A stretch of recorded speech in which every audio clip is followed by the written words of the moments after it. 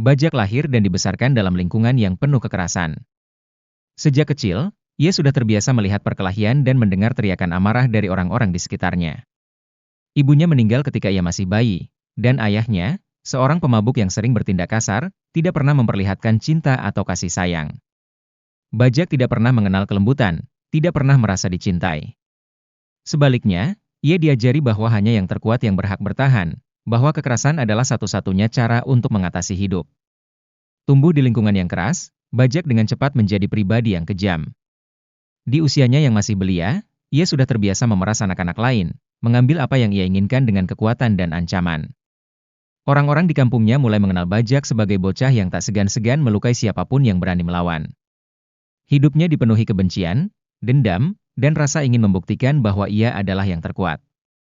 Ketika dewasa, Bajak memutuskan untuk merantau ke kota besar, meninggalkan kampung halamannya yang miskin dan kumuh. Di sana, ia berharap bisa menemukan kehidupan yang lebih baik, tapi yang sebenarnya ia inginkan hanyalah kekuasaan dan ketakutan. Kota tempat ia menetap penuh dengan persaingan antar preman dan geng-geng jalanan. Namun, Bajak yang sudah terbiasa dengan kekerasan sejak kecil, berhasil mengalahkan siapa saja yang mencoba menghalangi jalannya. Satu persatu, orang-orang kuat di kota itu takluk di bawah kekuatannya. Tak butuh waktu lama, Bajak berhasil menguasai pasar yang ramai di tengah kota.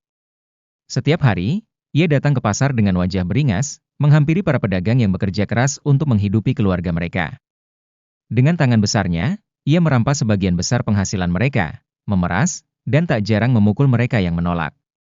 Pedagang-pedagang di pasar itu selalu hidup dalam ketakutan. Mereka tahu, ketika Bajak datang, tidak ada yang bisa menghentikannya.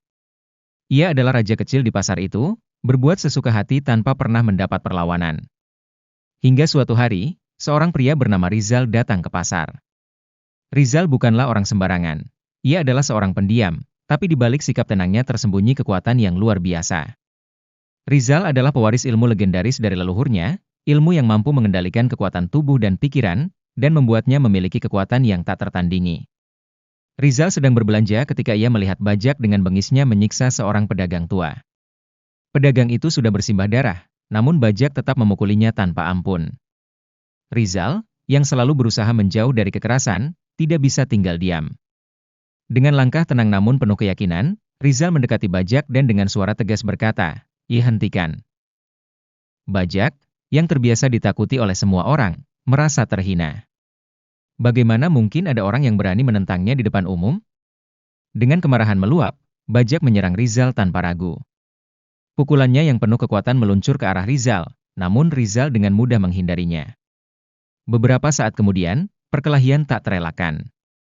Namun, Bajak segera menyadari bahwa kekuatannya tidak ada apa-apanya dibandingkan dengan Rizal.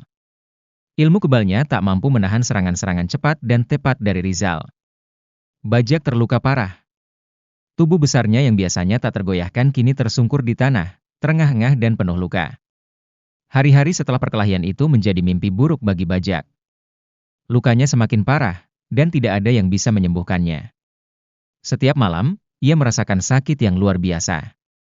Ia merasa tubuhnya terbakar, dan dalam mimpinya ia sering melihat bayangan api yang besar, seakan-akan menunggu untuk menelannya. Rasa takut mulai merayapi Bajak. Ia, yang dulu tak pernah mengenal rasa takut, kini hidup dalam ketakutan yang mendalam. Luka-lukanya tak kunjung sembuh, dan hari demi hari Bajak semakin mendekati ajalnya. Di saat-saat terakhir hidupnya, ia mulai merenungkan kehidupannya yang penuh dosa. Namun penyesalan datang terlambat. Tidak ada yang mau menolong Bajak. Pedagang-pedagang yang dulu ia peras hanya bisa menatap dengan diam, tidak peduli pada penderitaan Bajak. Ketika Bajak akhirnya meninggal, penderitaannya belum berakhir.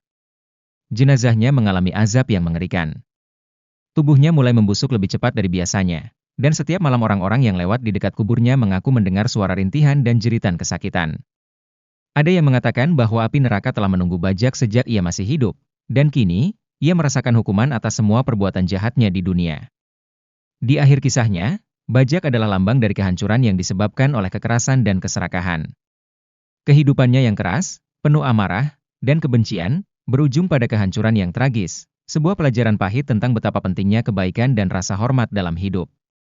Rizal, yang membawa keadilan dengan tangannya sendiri, menjadi simbol harapan bagi para pedagang pasar, bahwa kejahatan tidak akan selalu menang, dan kebenaran, cepat atau lambat, akan selalu menang.